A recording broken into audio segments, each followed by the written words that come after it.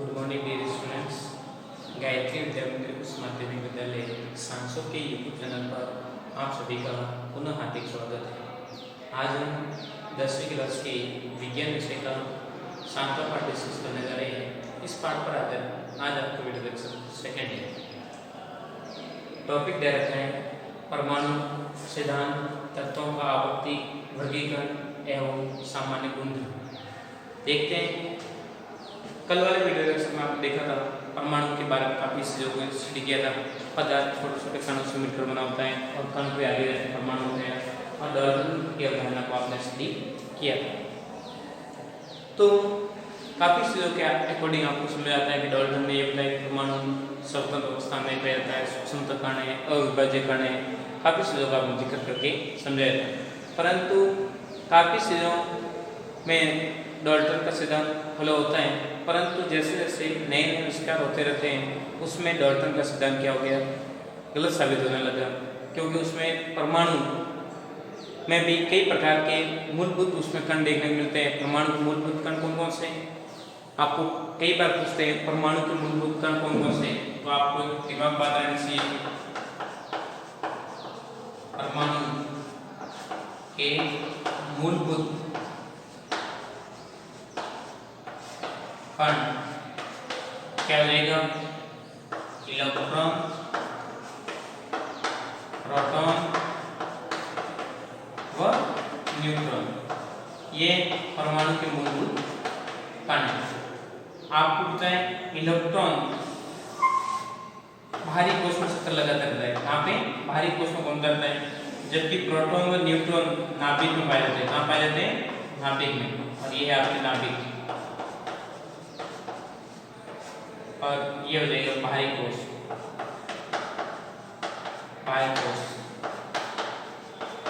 तो अलग अलग खोज के आधार पर देखने को मिला कि परमाणु भी छोटे छोटे पार्टिकल्स मिलकर बना होता है और इसमें भी कई प्रकार के कण उपस्थित होते हैं, जो अपन जनरली जानते हैं कि प्रोटॉन, न्यूट्रॉन, इलेक्ट्रॉन, ये परमाणु के मूलभूत कण। इसके बारे में आपको बेसिक ज्ञान होना नेसेसरी है। देखिए, तो इसको समझाने के लिए अलग अलग वैज्ञानिकों ने अलग अलग समय पर अपना अपना योगदान अदा करने में विशेष कार्य करते रहे। तो अपने सामने पेश होने जा रहे फर्स्ट वैज्ञानिक का फर्स्ट मॉडल आपके सामने थॉमसन का परमाणु मॉडल। थॉमसन ने परमाणु को किस प्रकार से रिप्रेजेंट किया, क्या बताया। थॉमसन के परमाणु मॉडल की खोज तक इलेक्ट्रॉन तथा प्रोटॉन की खोज हो चुकी थी। आप जनरली जानते हैं थॉमसन ने यह बताया कि परमाणु एक गोलाकार व विद्युत का उदासीन प्रकृति का एक पार्टिकल है, कण है। परमाणु एक गोलाकार व विद्युत का उदासीन प्रकृति का होता है। विद्युत उदासीन लिख दीजिए, मैंने डायरेक्ट उदासीन लिखा है, आप कंफ्यूज हो गए, अहमद साहब के अकॉर्डिंग आप समझोगे फिर कंफ्यूज हो जाएगा। देखिए,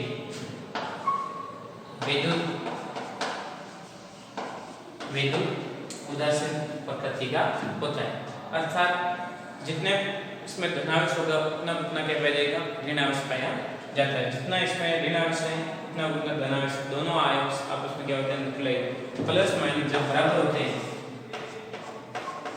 देन आपकी प्रकृति पदार्थ की हो जाएगी विद्युत के दृष्टि से क्या हो जाएगा, उदासीन, विद्युत उदासीन। और अमल सार बराबर होते हैं तब होता है आपके प्रकृति रसायन की दृष्टि से उदासीन। ये ध्यान दें आपको, नॉर्मली आपको कौन ये दिमाग में रहना चाहिए। न्यूट्रलाइजेशन का मतलब क्या होता है, कब कौन सी कंडीशन होता है, विद्युत के दृष्टि में या केमिकल दृष्टि में, किस प्रकार से आपके पदार्थ कोई उदासीन है। तो यहाँ पे थॉमसन ने मॉडल में प्रस्तुत किया, तो उन्होंने विद्युत उदासीन आधार पर परमाणु को बताया गया। परमाणु का आकार उन्होंने बताया 10⁻⁻10 मीटर, मतलब परमाणु बहुत बहुत छोटा पार्टिकल है, लाखों 10 लाखवें हिस्से के 1 के 10 लाखवें हिस्से के मीटर के बराबर पार्टिकल, मतलब उसको नग्न आंख से देखना पॉसिबल नहीं। थॉमसन का परमाणु मॉडल का प्रतिनिधि निरूपण पलम पुडिंग मॉडल या पुडी, किशमिश केक, मोतीसर बूंदी के लाडू या तरबूजा जैसा है।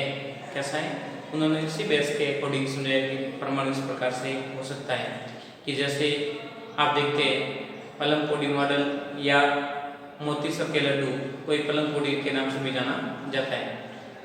मोतीसर के लड्डू पे जैसे आपने देखा होगा बूंदी बाहरी पार्ट में अलग अलग स्थान पे अलग अलग प्रकार से दर्शाई जाती है और अंदर क्या होता है मटेरियल अलग अलग पार्ट में जुड़ा होता है। या किशमिश केक में अलग अलग स्थान पे जैसे घुसे रहते हैं ना, तो वैसे वैसे किशमिश केक है। या तरबूजा के बारे में हम सभी जानते हैं। तरबूजे में जैसे एक तो होता है लाल रंग का पार्ट इसका इंटरनल अपन तरबूजे खोलते हैं, और एक तो मिलता है आपको क्या मिलता है सामान्य भाषा में क्या कहते हैं गैर, मतलब मजा, वो पार्टिकल होता है खाने योग्य भाग जिसको मजा बोलते हैं। और एक उसके साथ में क्या पाई जाती है कली है, बीज, उसको बोलते हैं बीज। तो ऋणांश भाग को इलेक्ट्रॉन को बीज द्वारा प्रयुक्त किया जा सकता है और धनांश भाग को मजा जो खाने योग्य भाग होता है उसके द्वारा दर्शाया गया। तो काफ़ी चीज़ों को स्टडी करने पर समझ आता है कि परमाणु की इलेक्ट्रॉन तथा प्रोटॉन की उपस्थिति के बारे में थॉमसन का मॉडल निरूपित करके बताता है। परंतु हर वैज्ञानिक कार्य करता है उसमें किसी न किसी प्रकार की कमी रह जाती है। उस कमी को अलग अलग वैज्ञानिक समय के साथ में जैसे जैसे नए वैज्ञानिक पुराने वैज्ञानिक ने जो रिसर्च किया था उसी को आधार मानते हुए उससे हटके कोई कार्य करते हैं, उसके अकॉर्डिंग नए सिरे तक पहुँचने का प्रयास करते रहते हैं। तो अपन जनरली देखते हैं काफ़ी चीज़ों को थॉमसन के मॉडल के अकॉर्डिंग परमाणु की अपन को सामान्य जानकारी मिलती है, परंतु नई नई खोजों को ये सेटिस्फाइड करने में क्या रहा असक्षम रहा। उन्होंने ये नहीं बता पाया थॉमसन कि प्रोटॉन कहाँ पाए जाते हैं, इलेक्ट्रॉन कहाँ पाए जाते हैं, किस प्रकार से व्यवस्थित होते हैं। तो काफ़ी चीज़ों को कौन से कोर्स में इलेक्ट्रॉन होते हैं, कहाँ प्रोटॉन होते हैं, काफ़ी चीज़ें से देखे केमिकल की दृष्टि से उसको आइडेंटिफाई करने में ये क्या रहा असक्षम। यहाँ पर जनरली क्या रदरफोर्ड तथा बोर के मॉडल को ये सेटिस्फाइड रूप से समझाने में क्या रहा असक्षम रहा है। तो आपको कभी बार पूछते हैं थॉमसन के मॉडल की क्या क्या कमियाँ रही, तो जो कमी आप कह सकते हैं कि ये इसमें इस परमाणु मॉडल में इलेक्ट्रॉन तथा प्रोटॉन को व्यवस्थित नहीं दर्शाया गया, अर्थात इलेक्ट्रॉन कहाँ उपस्थित होते हैं, किस प्रकार से व्यवस्थित कौन से कोष होते हैं उसकी बात नहीं कर रही, प्रोटॉन न्यूट्रॉन की बात ना कर रखी। तो काफ़ी चीज़ों को आप जैसे वैसे करके मैथड को अध्ययन करवा सकते हैं। अगला मॉडल आपके सेकंड मॉडल आपके सामने पेश होने जा रहे हैं, वो है रदरफोर्ड मॉडल। रदरफोर्ड ने क्या किया, किस प्रकार से अपना काम किया, जो कमियाँ थॉमसन में रह गई थी उन कमियों को सुधार करते हुए आगे रदरफोर्ड ने अपना पेश न्यू प्रोसेस नए सिरे से एक विशेष प्रकार की अलग से अवधारणा प्रस्तुत की। उन्होंने किस प्रकार से काम किया, क्या प्रोसेस है, उसको अपने स्टडी करने जा रहे हैं। तो पहले जो मैटर आपके सामने अध्ययन करवा रखा है उसका एक बार स्क्रीनशॉट ले लीजिए, फिर आगे अपन बढ़ रहे हैं। रदरफोर्ड का परमाणु मॉडल देखिए, हो गया होगा आपका स्क्रीनशॉट। देखिए रदरफोर्ड का परमाणु मॉडल की अपनी बात करने जा रहे हैं। रदरफोर्ड ने क्या किया, रदरफोर्ड एक भौतिक शास्त्र के एक वैज्ञानिक थे जिन्होंने फिजिकल पर बहुत बड़ा जिनका योगदान रहता है, अलग अलग खोजों पर उनका विशेष थिंकिंग रहती है। तो उन्होंने बताया परमाणु किस प्रकार से एग्जिस्ट करता है, परमाणु पर किस प्रकार की चर्चा हो सकती है, उसके बारे में काफ़ी चीज़ों को डिस्कस करके इन्होंने बताया। तो जनरली देखते हैं तो इनका प्रारंभिक प्रयोग यह रहा कि उन्होंने एल्फा कण का एक्सप्लोर किया। एल्फा कण मतलब हीलियम के नाभिक को एक्सट्रैक्ट करने वाले ये क्या है स्टोरेज है भाग। इस प्रकार से मटेरियल लिया जो एल्फा कण को क्या कहता है उत्सर्जित करने में भूमिका निभाते हैं, तो उसको उन्होंने ले रखा है। उससे एल्फा कण क्या होंगे, निर्मुक्त होंगे या विकिरण निकलेगी और उस विकिरणों को उसने किस पर बौछार करवाया, बौछार करवा के पतली सोने की पन्नी, एक सोने की पतली सी प्लेट क्या रहती है उस पर उसने क्या करवाई बौछार। इतनी पतली होती है कि कागज आपके कॉपी का कागज होता है उसका भी 10 हिस्सा, जैसे आपने देखी होगी प्याज पे झिल्ली नहीं होती, प्याज की झिल्ली उसके समान बहुत पतली बारीक सी पन्नी ली, उस पर उसने क्या की एल्फा कणों की बौछार करवाई। एल्फा कणों की बौछार करने पर इसमें से काफी एल्फा कण बाहर निकल जाते हैं और कुछ एल्फा कण अलग अलग कोण से विक्षेपित हो जाते हैं, परंतु एक एल्फा कण ऐसा देखने को मिलता है जो 180 डिग्री से रिटर्न आता हुआ दिखाई देता है और उसका वेग एक बंदूक की गोली के समान उतना वेग से रिटर्न होता है। तो आप देखते हैं मतलब कण कौन से निकले कौन से आ रहे हैं, तो उसको आइडेंटिफाई करने के लिए एक जिंक सल्फेट एक आवरण भारी परत के अपन लगा देते हैं, वक्राकार आपके दूसरा था ना, वो जिंक सल्फेट से लेपित करके एक गोलाकार प्रतिदित आवरण लगा रखा है तो फिर इससे क्या आइडेंटिफाई होगा कि काफी किरण जैसे ही अल्फा कण आएगी, अल्फा कण विकिरण निकलते हैं वो इस पत्ती से डायरेक्ट पार होते हुए इस पे टकराते हैं और टकराने की वजह से क्या होगी, इसमें समग्र उत्पन्न होती है। क्या उत्पन्न होती है? विकिरण की वजह से इसमें क्या होगी, समग्र उत्पन्न होगी और जिससे जिंक सल्फेट समगना शुरू हो जाता है। और फिर बाद में देखते हैं तो समूहन से क्या डिस्कस निकलेगा, क्या प्रोसेस होगा। तो उन्होंने ये बताया कि कुछ ऐसे अल्फा कण होते हैं जो 180 डिग्री से रिटर्न आते हैं, तो वहां पे क्या बन जाता है, एक ब्लैक धब्बा बन जाता है। क्या बन जाता है? ब्लैक धब्बा, एकदम गहरा धब्बा बन जाएगा। तो इसके आधार पे ये शो होगा कि यहाँ पे किसी भी प्रकार की पार्टिकल यहाँ पे प्रवेश नहीं किए। तो इससे हमको पता लगता है कि यहाँ पे विकिरण नहीं गई और वही कण जो आगे नहीं जा पाता है वो वापस 180 डिग्री से रिटर्न आता हुआ दिखाई देता है। तो अपन देखते हैं बेसिकली इस प्रकार से अलग अलग कण विकिरण में निकलते रहते हैं या अलग अलग कण इसमें से पन्नी में से निकल जाते हैं और जिंक सल्फेट से टकराने पर समूह उत्पन्न करते हैं। परंतु 20,000 कणों में से एक ऐसा कण था, 20,000 कणों की बहुत सारे कण, उसमें से केवल एक कण ऐसा था जो 180 डिग्री से रिटर्न होता हुआ आता है। ऐसा क्यों होता है? तो कि इससे उन्होंने निष्कर्ष निकाल के बताया कि उनके दिमाग में बात आई काफी पार्टिकल होते हैं कि किसी भी परमाणु की बात करें तो उसका अधिकांश भाग क्या होता है, रिक्त तथा खोखला होता है। अधिकांश भाग कैसा होता है, रिक्त तथा खोखला होता है और उसकी वजह से अधिकांश विकिरण आसानी से उसमें से पार हो जाती है। परंतु एक विकिरण जो 180 डिग्री से रिटर्न होती है उस पर आपको पता है अल्फा कण पे पॉजिटिव आवेश है और वो किसी पॉजिटिव आवेश से टकराने से वो रिटर्न होता हुआ पाया जाता है। तो उसी स्थान को उन्होंने डिस्कस करके बताया कि वही क्या है, परमाणु का नाभिक है। आपको पता है समान आवेश में क्या होता है, प्रतिकर्षण होता हुआ दिखाई देता है। तो इसको आप छोटी क्लास में पढ़ते भी आ रहे, समान चुंबक के ध्रुव अपन पास ले जाते हैं तो क्या होता है उसमें प्रतिकर्षण होता है। जैसे छोटी कक्षा में अपन थे ध्यान अपन ने देखा था कि समान प्रकार के चुंबकीय ध्रुव अपन पास लाते हैं, दो चुंबक लेयर की, फिर जैसे इसके पास में अपने दूसरे चुंबक का N और S इन दोनों को पास लाते हैं तो क्या होगा, एक दूसरे को धक्का लगाते हैं। देन आप छोटे क्लास में थे तो खेलते हुए भी ऐसे दिखा देते हैं कि मतलब जब एक गाड़ी मेरी आगे और मेरे पीछे तो बोला ऐसे करते हैं तो बोला एक चुंबक को आगे भगाते हैं और दूसरे को उसके पीछे लगाते हैं। तो ऐसा क्या होता है कि समान ध्रुवों में क्या होता है, प्रतिकर्षण प्रभाव उत्पन्न होता है। चुंबक के समान ध्रुवों में प्रतिकर्षण होता है, विद्युत के समान ध्रुवों में प्रतिकर्षण उत्पन्न होता है, जबकि विपरीत ध्रुवों में क्या होता है, आकर्षण। ये प्राकृतिक सिस्टम है, प्रकृति ने इस प्रकार का सिस्टम जनरेट कर दिया।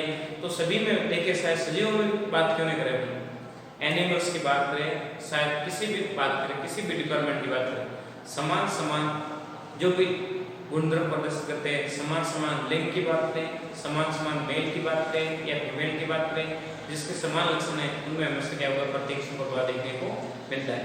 जैसे आपस में उनमें इस प्रकार का नशर होने की वजह से वो एक दूसरे को क्या प्रतिकर्षण होंगे और एक दूसरे दूर हटेंगे। जबकि विपरीत लिंग या विपरीत ध्रुव या विपरीत आवेश वाले कण एक दूसरे क्या होते हैं, आकर्षित होते हुए देखे जाते हैं। जैसे मधुमक्खी की बात करें या जीव जंतुओं की बात करें तो इसके बारे में आप काफी चीज को जानते हैं। बायोलॉजिकल मैटर में आपने देखा होगा कि नर मादा की तरफ अट्रैक्टिव होता है, जबकि मादा के बीच में दोनों क्या होता है, टकराव होता है। घरों में भी देखते रहते हैं कभी बार कि घरों में भी कई प्रकार ऐसे मैटर होते रहते हैं कि जीव जंतु समान प्रवृत्ति के होते हैं, उनमें तो क्या होता है, टकराव होता है, और विपरीत क्वालिटी के होते हैं उनमें क्या होता है, आकर्षण। तो ये कई प्रकार का प्रोसेस अपन देखते हैं, जीव जंतु भंवरे कीट पतंगे अपने घरों के आसपास अपन देखते रहते हैं। तो इस प्रकार से अपन देखते हैं कि समान प्रकृति के समान आवेश वाले ध्रुवों के मध्य प्रतिकर्षण प्रभाव उत्पन्न होता है और विपरीत ध्रुवों के मध्य क्या होता है, आकर्षण बल देखने को मिलता है। तो इसी प्रकार से इसी बेस पर आधारित उनमें रिजल्ट पढ़ने पाए कि अल्फा कण पॉजिटिव आवेश वाले थे और वो किसी पॉजिटिव आवेश वहाँ पे देखने को मिला होगा और इसी की वजह से वो कण क्या होता है, रिटर्न होता हुआ आता है। तो इससे निष्कर्ष निकाल के बताया कि परमाणु के सभी स्थान पे धनावेश नहीं पाया जाता है। उन्होंने ये बता दिया कि परमाणु के सभी स्थान पे धनावेश होना नेसेसरी नहीं, धनावेश एक निश्चित स्थान पे होता है और उसी को उसने क्या नाम दे दिया, केंद्र बताया। क्या बताया, केंद्र। और काफी कण अल्फा कण होते हैं, उसमें से क्या हो जाता है, निकल जाते हैं। काफी अल्फा कण होते हैं वो बिना एंगल के डायरेक्ट या विक्षोभ निकल जाते हैं बिना विचलित हुए। तो उससे उन्होंने बताया होगा कि मतलब अधिकांश परमाणु का भाग क्या होता है, रिक्त होता है, खोखला होता है, जिसकी वजह से वो आसानी से बाहर हो जाते हैं। तो काफ़ी चीज़ों को उसमें डिस्कस करके बात समझ में आती है कि अलग अलग मैटर अलग अलग अकॉर्डिंग समझे तो काफ़ी चीज़ जनरली अपन कवर कर सकते हैं। तो आज आपने ओनली फॉर मैंने इतना ही बताया कि रदरफोर्ड के परमाणु मॉडल को संक्षेप में समझे या डायग्रामिकल रिप्रेजेंटेशन करके बताइए। तो ओनली फॉर मैंने डायग्राम बताया और थॉमसन मॉडल को हमने डिस्कस किया। इसकी लैंग्वेजिकल बेस निष्कर्ष और क्या इसकी विशेषता थी उसको अपन कल वीडियो लेक्चर में व्यवस्थित रूप से एक से जो रिप्रेजेंट करते हुए लिख के आपको सामने मैटर ऑफ देन करवाएंगे।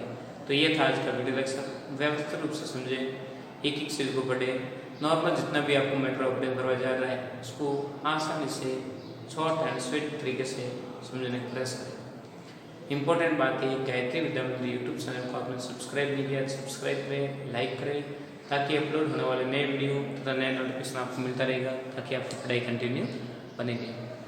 घर पे रहें, सुख से अपना काम करते रहें। थैंक यू, धन्यवाद सो मच।